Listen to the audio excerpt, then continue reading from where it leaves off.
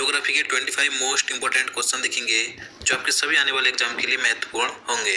तो चलिए आप वीडियो को बिना स्किप के पूरे एंड तक देखते रहिए। तो चलिए आज का वीडियो शुरू करते हैं। तो यहाँ पर आज का पहला क्वेश्चन है, लोकटक झील किस राज्य में स्थित है।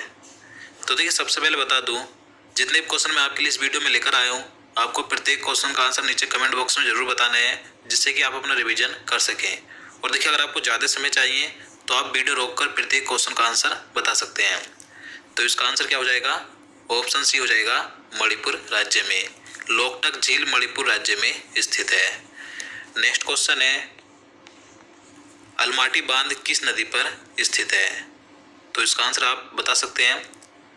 तो इसका आंसर हो जाएगा ऑप्शन ए, कृष्णा नदी पर। अलमाटी बांध ये कृष्णा नदी पर स्थित है। अब देखिए किस राज्य में है, तो कर्नाटक राज्य में है। अब देखिए ये जो बांध है, अलमाटी बांध, तो यह कृष्णा नदी पर जल विद्युत परियोजना है जो कि 2005 में पूरी हुई थी, याद रखना है। अगला क्वेश्चन है, संकोश नदी किन दो राज्यों के बीच सीमा बनाती है। तो देखिए ये जो नदी है संकोश नदी, इसे गदाधर नदी भी कहा जाता है। तो यह नदी असम और अरुणाचल प्रदेश के बीच सीमा बनाती है। तो इसका आंसर ऑप्शन बी हो जाएगा। और देखिए यह नदी उत्तरी भूटान से निकलती है और असम राज्य में ब्रह्मपुत्र नदी में मिल जाती है, तो याद रखना है। अगला क्वेश्चन है, भारत में अधिकतर किस प्रकार के वन पाए जाते हैं। तो देखिए महत्वपूर्ण प्रश्न है। तो इसका आंसर ऑप्शन ए हो जाएगा, उष्णकटिबंधीय पर्णपाती वन। तो देखिए भारत में अधिकतर उष्णकटिबंधीय पर्णपाती वन पाए जाते हैं। देखिए इन्हें मानसून वन भी कहा जाता है, तो याद रखना है। नेक्स्ट क्वेश्चन है, भारत भूमध्य रेखा के उत्तर में किस अक्षांश के बीच में स्थित है। तो इसका आंसर क्या हो जाएगा, ऑप्शन ए हो जाएगा, 8 डिग्री 4 मिनट से 37 डिग्री 6 मिनट उत्तरी अक्षांश के बीच में स्थित है भारत। देखिए बता दूं, भारत पूरी तरह से उत्तरी गोलार्ध में स्थित है, जो 8 डिग्री 4 मिनट और 37 डिग्री 6 मिनट उत्तरी अक्षांश पर है, तथा 68 डिग्री 7 मिनट और 97 डिग्री 25 मिनट पूर्वी देशांतर के बीच में स्थित है। तो आपको दोनों स्थिति याद रखनी है। उत्तरी अक्षांश पूछा जाएगा तो 8 डिग्री 4 मिनट और 37 डिग्री 6 मिनट, तथा पूर्वी देशांतर के बीच पूछा जाएगा तो 68 डिग्री 7 मिनट और 97 डिग्री 25 मिनट, तो याद रखना है। चलिए नेक्स्ट क्वेश्चन है, काचिन पहाड़ियाँ भारत की किस देश के साथ सीमा का निर्माण करती हैं। तो इसका राइट आंसर ऑप्शन बी हो जाएगा, म्यांमार। तो देखिए जो काचिन की पहाड़ियाँ हैं, ये म्यांमार के सुदूर उत्तर पूर्व काचिन राज्य में स्थित है।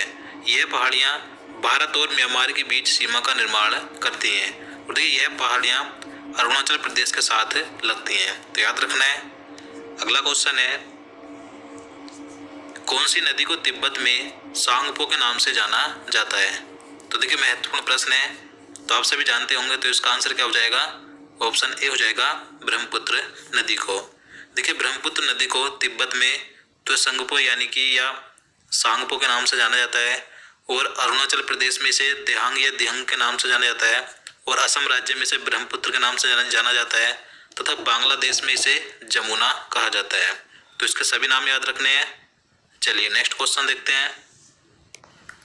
क्वेश्चन नंबर 8 है, भारत में बॉक्साइट का सर्वाधिक उत्पादन किस राज्य द्वारा किया जाता है।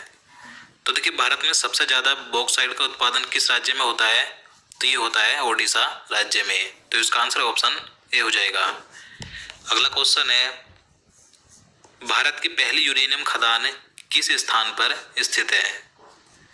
तो इसका राइट आंसर हो जाएगा ऑप्शन सी, जादूगोड़ा में।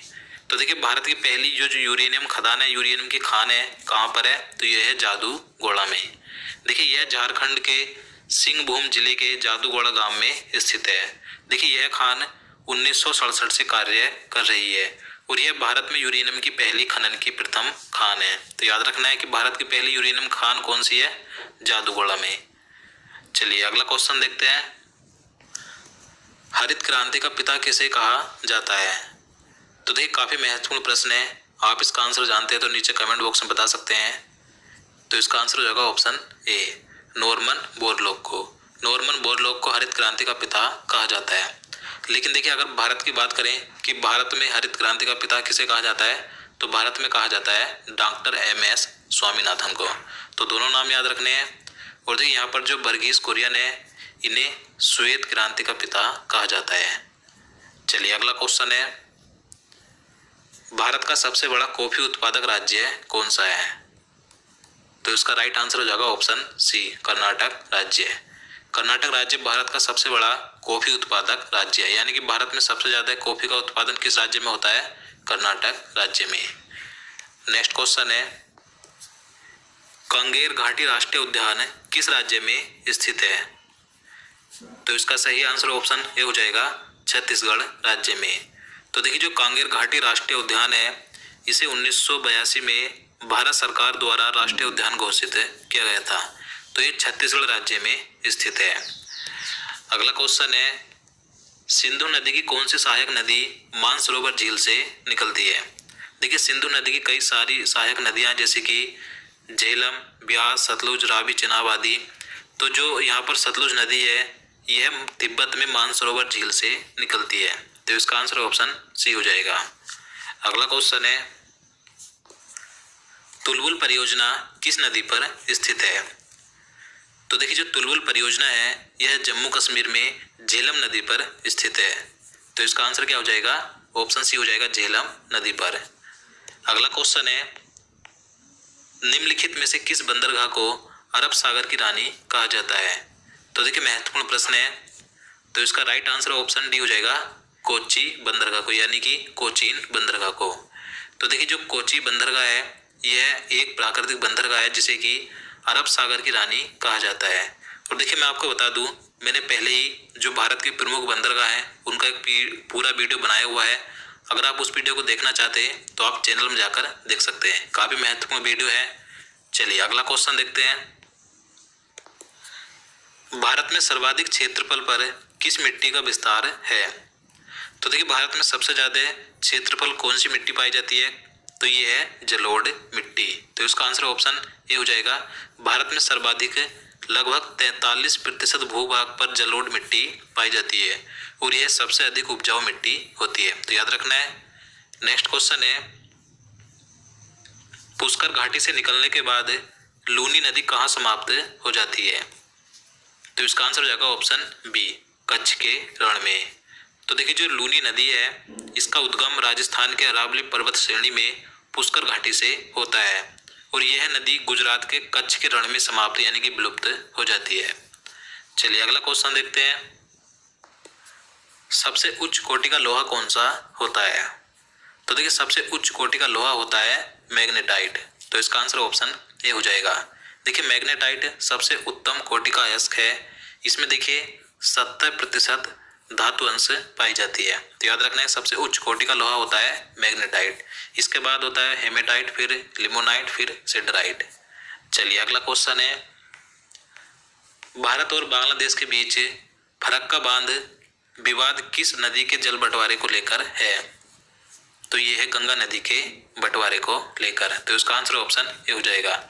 तो देखिए जो फरक्का बांध है, यह पश्चिम बंगाल के मुर्शिदाबाद में गंगा नदी के किनारे स्थित है। जो भारत और बांग्लादेश के बीच एक विवाद है जल बंटवारे को लेकर, तो ये कहाँ किस नदी को लेकर है? गंगा नदी को लेकर। चलिए अगला क्वेश्चन है, निम्नलिखित में से किस पर्वत को 5 ट्रेजरस ऑफ ग्रेट शो कहा जाता है? तो देखिए 5 ट्रेजरस ऑफ ग्रेट शो किस पर्वत को कहा जाता है? तो ये कहा जाता है कंचनजंगा पर्वत को। तो इसका आंसर ऑप्शन सी हो जाएगा। और देखिए यह पर्वत सिक्किम और नेपाल में है और यह विश्व का तीसरा सबसे ऊंचा पर्वत है। इसकी ऊंचाई है 8,586 मीटर। याद रखना है। चलिए अगला क्वेश्चन है, गंगा की मुख्य शाखा को बांग्लादेश में किस नाम से जाना जाता है? तो देखिए काफी महत्वपूर्ण प्रश्न है, कई बार पूछा जाता है कि गंगा नदी को बांग्लादेश में किस नाम से जाना जाता है? तो पद्मा नदी के नाम से जाना जाता है। तो इसका आंसर ऑप्शन बी हो जाएगा। और देखिए बता दूं, जब ब्रह्मपुत्र और गंगा नदी का संगम होता है तो इनकी जो संयुक्त धारा है उसे मेघना कहा जाता है, जो कि सुंदरबन डेल्टा का निर्माण करते हुए बंगाल की खाड़ी में जाकर गिर जाती है। तो याद रखना है। चलिए नेक्स्ट क्वेश्चन देखते हैं, निम्न में से कौन सी अक्षांशीय रेखा भारत को 2 भागों में बांटती है? तो ये है कर्क रेखा। तो इसका आंसर ऑप्शन बी हो जाएगा। देखिए कर्क रेखा भारत के 8 राज्यों से होकर गुजरती है, जो कि कई बार पूछ ले जाते हैं, तो मैं आपको बता देता हूँ।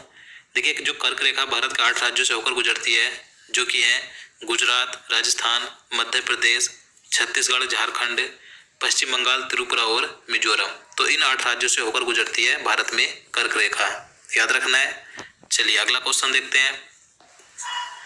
निम्न में से किस पर्वत श्रेणी में दोदा बेटा चोटी स्थित है? तो ये है नीलगिरी पर्वत श्रेणी में, तो इसका आंसर ऑप्शन ए हो जाएगा। तो देखिए, तमिलनाडु राज्य में नीलगिरी पर्वत श्रेणी की सबसे ऊंची चोटी कौन सी है? तो वो है दोदा बेटा। तो याद रखना है। देखिए, इसकी ऊंचाई है 2637 मीटर। चलिए अगला क्वेश्चन है, इनमें से कौन सी महासागरीय धारा ठंडी धारा है? तो देखिए, इन चारों ऑप्शन में से बताने हैं कि कौन सी एक महासागरीय ठंडी जलधारा है।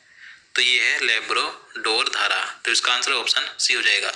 बाकी ये तीनों ये गर्म जलधाराएं हैं, याद रखना है। चलिए नेक्स्ट क्वेश्चन है, एशिया और उत्तरी अमेरिका महाद्वीपों को अलग करने वाली जल संधि कौन सी है? तो ये है बेरिंग जल संधि, तो इसका आंसर ऑप्शन सी हो जाएगा।